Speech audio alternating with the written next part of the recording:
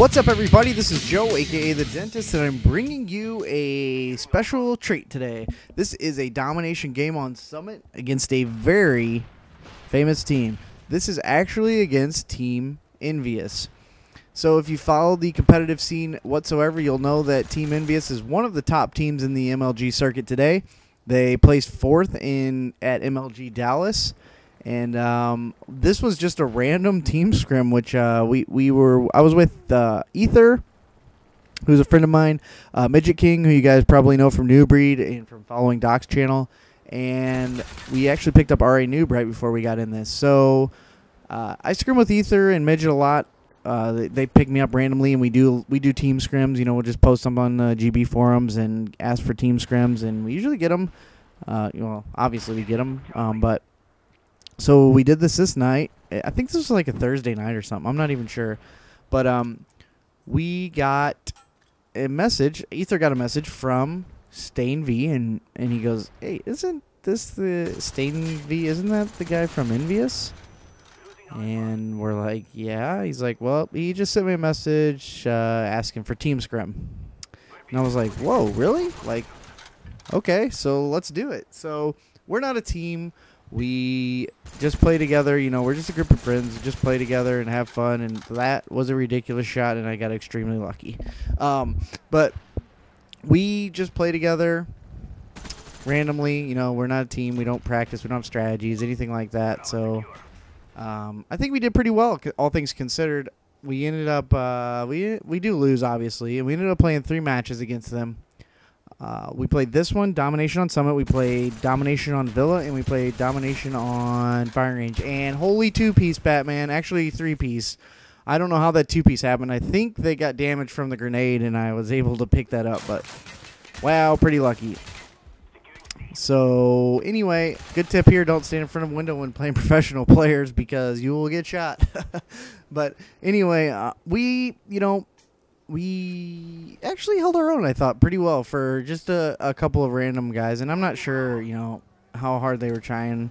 Like I said, they whooped us pretty good on the next 2 maps. So, you know, that was a little bit of a fail nade right there, too, by the way. I forgot to mention that. I didn't throw that nearly far enough to get in the window. It actually blew up on the roof. So you can hit a nade from there. We may actually do a revisited nade spot video for this map, just for MLG type stuff, for good savior nades and what have you. So but anyway, they ended up whooping us really bad the next 2 maps. Villa was actually a lot closer because they weren't able to get a triple cap on us. It wasn't a lot closer. I think it was like 170 to like 80 or something, which isn't a lot closer. But the Firing Range game, that just got out of hand. I think it was like 230 to like 50, 240 to 50. I can't remember. They triple capped us and held it for a long time. We were spawn trapped at bottom Firing Range, and we could not get out. I mean, we could not get out. We tried and tried and tried, and we would eventually break out and get C, and then they would get us and take it back. So anyway, these guys were really cool, and they were complete professionals when we played them. They didn't do any, you know, they weren't talking trash or anything like that. They were completely professional guys, and they showed us a lot of respect for just being 4 random dudes. So it was really refreshing to see that, actually. So, you know, you'll see a lot of bad vibes coming from the GB forum, coming from, you know, just team scrims, kids just running their mouths all the time. And it's nice to see that the professional players actually have some sort of standard and are able to, you know, not able to, but they actually do show respect for all the players. So, but anyway, in this match, I'm doing a little bit of roaming, a little too much roaming, actually. I'm not holding it down. I'm trying to spread out. Like I said, we're not a team, so we don't have strategies or setup, so it's kind of hard to know where everyone's going to be at. You know, we only play together every once in a while, and so we just play to play. You know, it's better than playing pubs, so we do team scrims. But so a lot of times, if you'll see me walking around, it's kind of like I'm trying to find a place to hold down, or I'm trying to get into an area to hold down. And you know, you can see right here, we're only down by 19 points, and we ended up, this is pretty much where they take over. This is the closest that we get. They pretty much hold B and C the entire the entire match, I believe, and we don't think we're ever able to take it back. So, as you can see, I'm playing pretty conservatively, and I continue to do that throughout this match. Right now, I'm trying to get a couple of guys down, listening for callouts. When I'm moving like this way in a map, it's because I'm listening for callouts and trying to get a couple of people down, get a couple of kills, take them down, and then be able to move on to flag.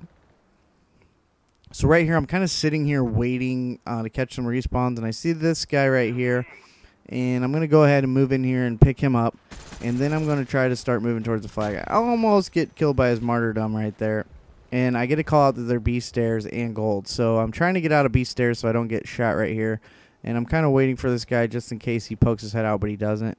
And I thought that was the guy that went down there, but he was right there next to me and was able to pick me up.